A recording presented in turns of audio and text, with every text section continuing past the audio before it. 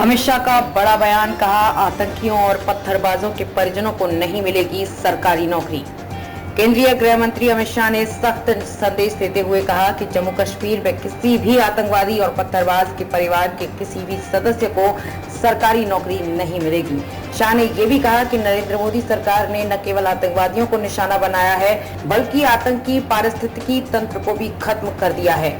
इससे प्रदेश में आतंकवादी घटनाओं में भारी गिरावट आई है। उन्होंने कहा, कश्मीर में हमने निर्णय लिया है कि यदि कोई आतंकवादी संगठन में शामिल होता है तो उसके परिवार के सदस्यों को कोई सरकारी नौकरी नहीं मिलेगी। इस तरह अगर कोई सदस्य पथराव करेगा तो उसके परिवार के सदस्यों को भी सरकारी नौकरी नहीं मिलेगी। उन्होंने कहा कि कुछ मानवाधिकार कार्यकर्ता फैसले के खिलाफ सुप्रीम कोर्ट गए, लेकिन अंत में सरकार की जीत हुई।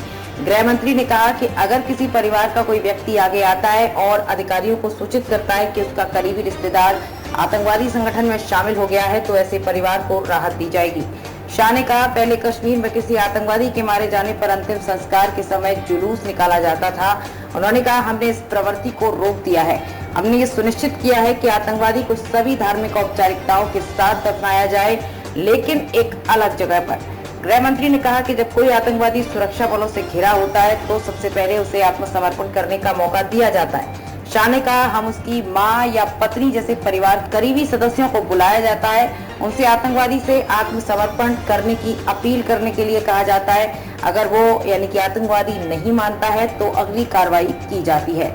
उन्होंने कहा, NIA राष्ट्रीय जांच एजेंसी के माध्यम से हमने टेरर फंडिंग के खिलाफ कड़ी कार्रवाई की है और इसे खत्म किया है। हमने टेरर फंडिंग पर बहुत सख्त रुख अपनाया है।